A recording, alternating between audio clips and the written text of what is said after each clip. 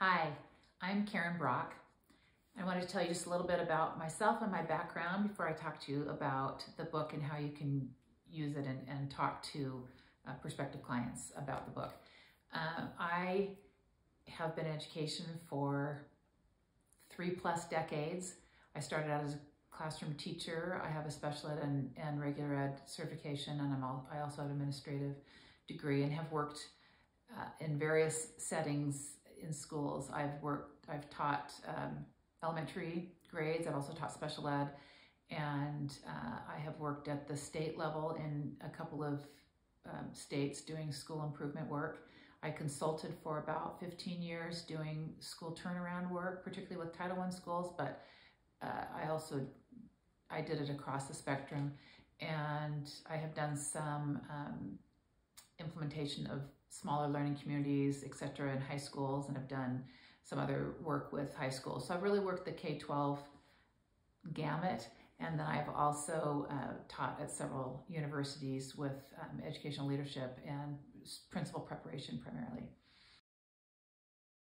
So now I want to tell you about the book and some different ways you can talk to clients about how they might use the book and how we might move that into some training for the school. So Coaching for Multilingual Student Success is the name of the book, and I'll just kind of outline a little bit of what happens in each chapter and how it might be used for training.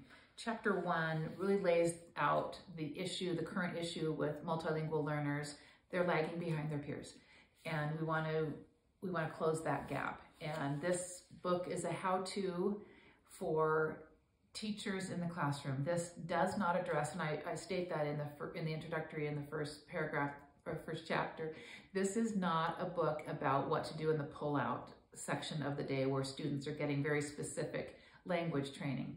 This is how do teachers integrate multilingual students throughout the day so that the students are getting a lot of help and support in their language and not at the cost of the rigor and the academic speed of the classroom. So it's a balance that they have to strike. So the first chapter talks about the multilingual learner, and then we pop into the professional learning plan. Now, this book was written, at the end of every chapter I've got some discussion questions. It's really written to be a book that is partnered up or ideally teams. So it could be a PLC team, it could be a grade level team, it could be a department, it could be read as a leadership team or school-wide. It could be a school-wide book study. Lots of different ways to utilize the book so that teams can really be thinking about what do we do now and what small changes must we make in order to make sure that all of our multilingual students are really served in our classroom for the rest of the day, for the 5 hours that we have them in their classroom. This book can also be used for your instructional coaches, your instructional coaching team, to really deepen instructional coaching so that it is focused on implementing the school improvement plan in every classroom for every teacher.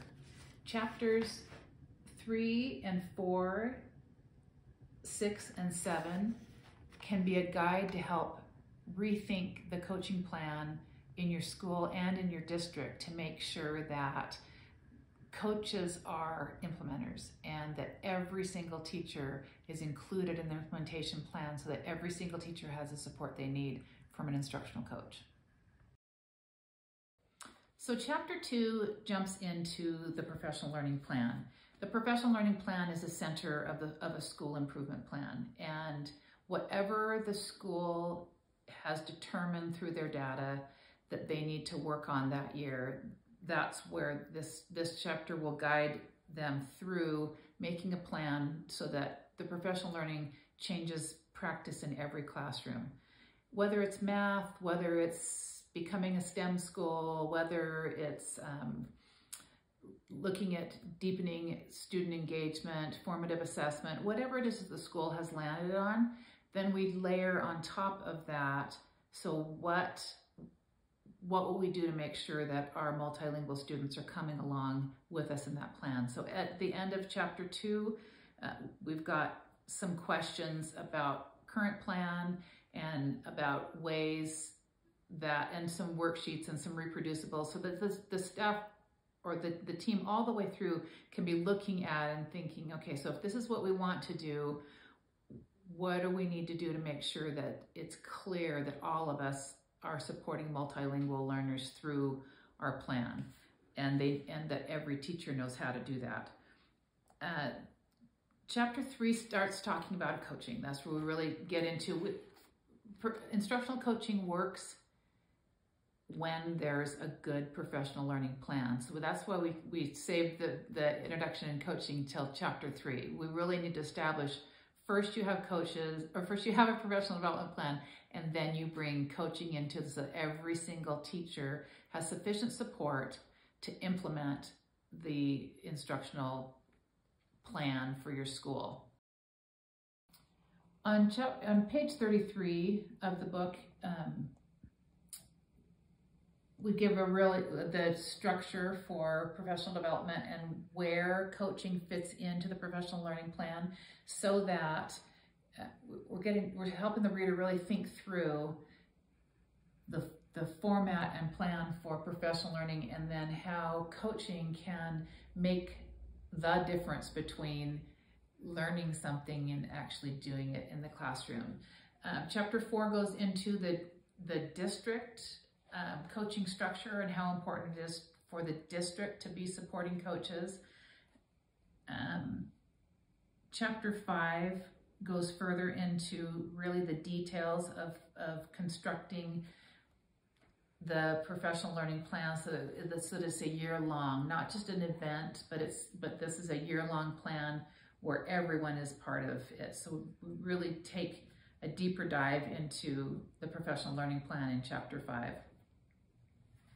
Chapter 6 talks about the importance of your coaches getting professional learning all throughout the year. So we map out some different ways that you can make sure that coaches are getting training, and then that chapter is really hitting less about the school-wide and more about how coaches can get the depth and the training they need. They need to stay a couple of steps ahead of the school in that training stuff. So chapter 7 is really diving into the instructional coaching role at the school. It's going to change every year based on the needs of the school. So really looking at, as a school, identifying the menu of options that a coach can offer a school to get at that depth of implementation, and helping to individualize that piece. And then it ends that the final chapter, chapter 8, goes into further defining your work based on the context of your school. It really, a lot of things can be applied generally, but then when we come to our school, we need to be very specific and apply it to the school.